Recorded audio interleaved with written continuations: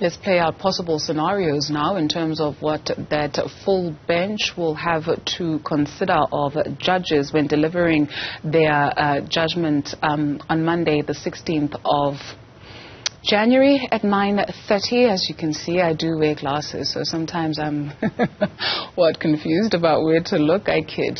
Inside joke. But anyway, let's speak now to Sinawo Makangela. He's a legal analyst. Thank you very much for availing yourself this afternoon. So Justice Sutherland did say that there's a great deal to deal with in this controversy. Perhaps let's start with this matter of urgency and what we heard from the former president's legal representative saying that you can't have your cake and eat it in reference to the sitting president, that Ramaphosa perceived the action by the former president threatened his prospects as ANC president and president of the country. But he went on to do nothing about it, and he takes a contemptuous position, according to Mpofu, that he can ignore the act. What do you perceive the judges will consider when dealing with the matter of urgency? Well, good afternoon to the viewers at home as well. I think urgency now, from my own assessment of the matter as I was following the proceedings, it's no longer on the table. The judges, they seem to be accepting that the matter is urgent. But remember, it is the court that must accept, because the litigant must give an explanation from the moment the incident or the events occurred until the day he approached the court. What did he do? So it is up to the court to accept it, but fortunately all the parties are in court. They have responded to the allegations. But of course, what was serving to court today was just an interdict, without dealing with the merits or demerits of the case. Now, if one will have to succeed on interdict, you have to satisfy all the requirements of that interim interdict. We know that one of them is the prima facie right, that is, the president is the one who's affected by the private prosecution, so he has a right to bring that matter to court. That is not in question. I think one issue that became a contest was the issue of the harm. Because apparently in the president's papers, it says this may affect his prospect of being elected in the ANC conference. That's water under the bridge, has been elected. So that cannot stand. It means the order issued by the court, as argued today, cannot stop that process as it has unfolded. But I knew one of the issues that would come, a very interesting point, as I say. When I look at it, it's an uncharted territory. It has some far-reaching implications. Is the issue of the jurisdiction, which was argued. Whether the civil court today has a jurisdiction to determine the matters that must be serving in the criminal court.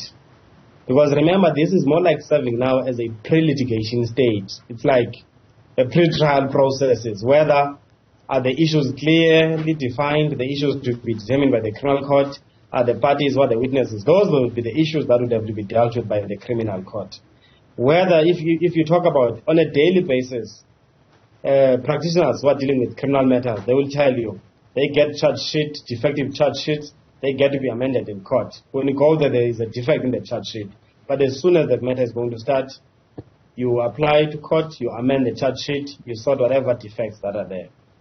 But on the side of the applicant, that is the president, that is President Ramaphosa, is raising issues with the summons that are defective, they've got their own shortcomings, no security has been paid.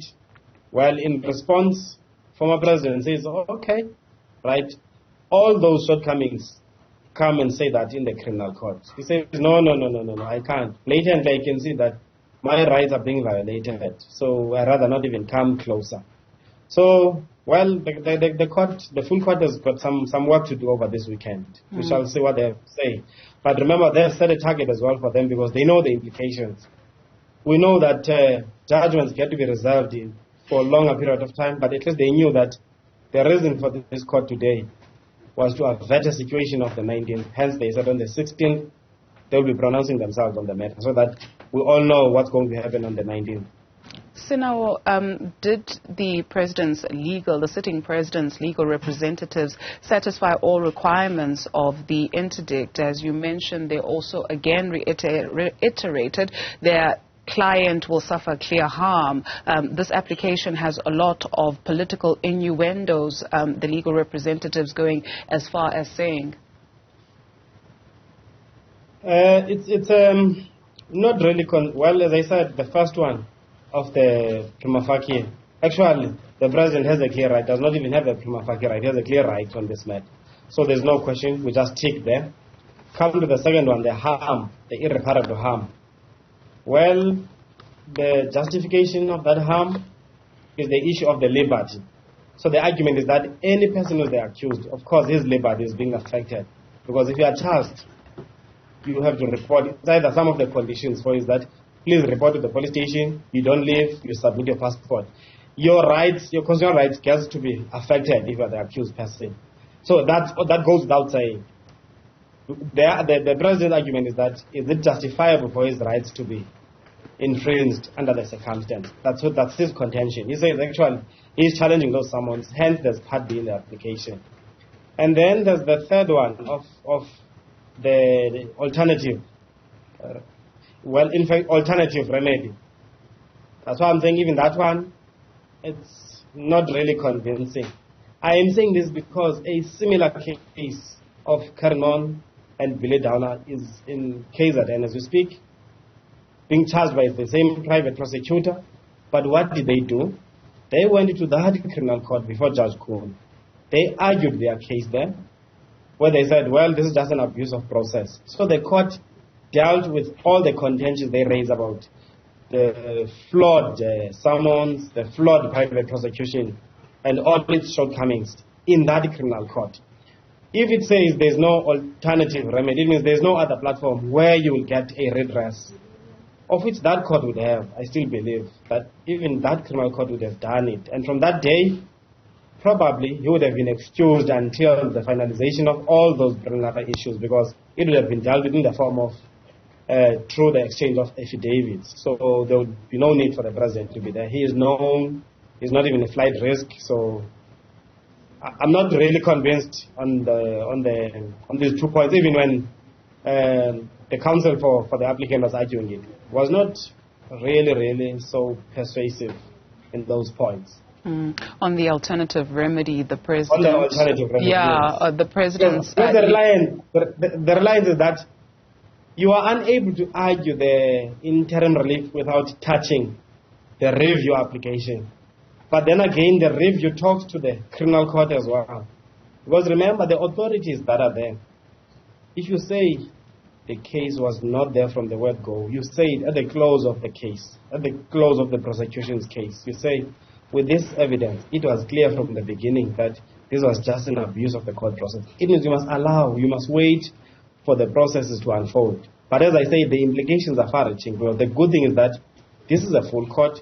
A decision from this court will be binding on the single judge that will be sitting on the 19th. Again, it's highly possible that the judgment from this matter will find its way into the corridors of our jurisprudence. Now the civil court must expect a plethora of these kinds of applications. We say, no, that's nonsense. I'm not going to go to that court.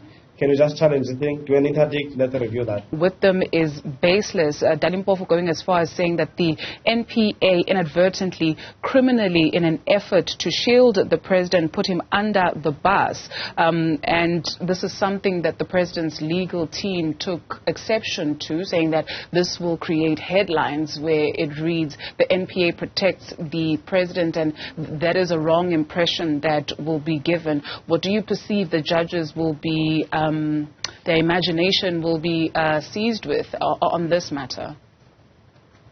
I think the NPA did not put its case before the court. They did not file an affidavit. Remember, the first thing that was questioned, they filed a notice to oppose. And Judge Sutherland was asking, what is this? What are you opposing? They said they were not opposing the amicus who wanted to join. They were not even opposing the relief sought by the president. But what they did, it was more like they were watching a brief, but they decided to have a bite after some submissions had been made. The third part, truth be told, they ought to be taking a clear position. Does not have to side with anyone. I again believe that an affidavit clearly explaining what is called an explanatory affidavit to give a clear position of the NPA where it stands on the matter, so that it does not appear to be siding with anyone, because it may affect its impartiality in prosecuting. You know that NPA is always under siege, so as soon as it is seen as siding with a certain litigant in court, then the confidence of the public in it will erode highly. Sinawo Makangela is a legal analyst. Thank you very much for your time.